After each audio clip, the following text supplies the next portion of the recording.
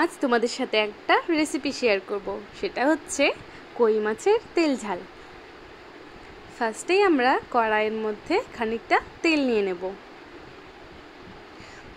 তারপর মাছের মধ্যে লবণটাকে আর হলুদটাকে ভালো করে মিশিয়ে নেব। এর মধ্যে কাঁচা সর্ষের তেল, কেন বলো তো? যেন মাছটা ভাজার সময় না ছিটকোয়। জানো তো কই মাছ প্রচণ্ড ছিটকায় তেলে দিলে। একটু যদি তোমরা কাঁচা তেল দিয়ে দাও তাহলে পরে একদম ছিটকাবে না। এই ট্রিকটা তোমরা ইউজ করতে পারো। আমার তো কই মাছ খেতে দারুণ লাগে, তোমাদের কেমন লাগে? এই দেখো মাছটাকে আমি ভেজে নিচ্ছি। দুইবারে ভাজতে হবে, একবারে হবে না বলে দুইবারে ভেজে নেব মাছটাকে।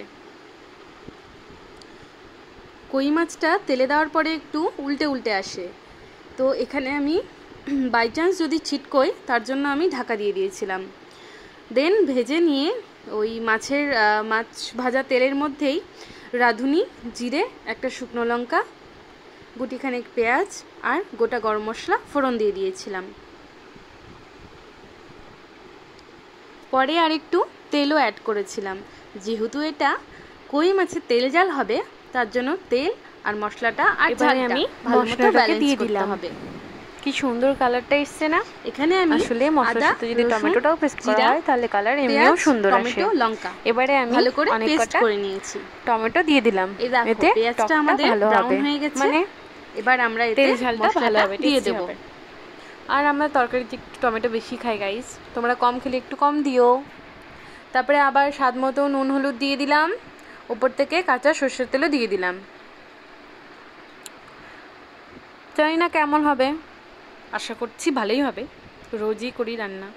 অনেকে মনে করো আমি হয়তো কিছুই করি না, বাড়িতে শুধু সারাদিন ফেসবুক ঘাঁটতে থাকি, সারাদিন ভিডিও আপলোড করতে থাকি। গাইজ না, আমি বাড়ির সব কাজই করি, বিশেষ করে রান্নাটা আমাকে সকাল বিকেল করতেই হয়, মাস্ট।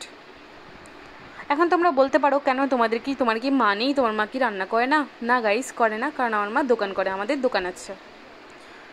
এর তো এখানে আমাদের মশলাটা ভাজা হয়ে গেছে, ভালো করে মশলা থেকে তেলটা বেরিয়ে এসছে, তোমরা দেখতেই পাচ্ছ।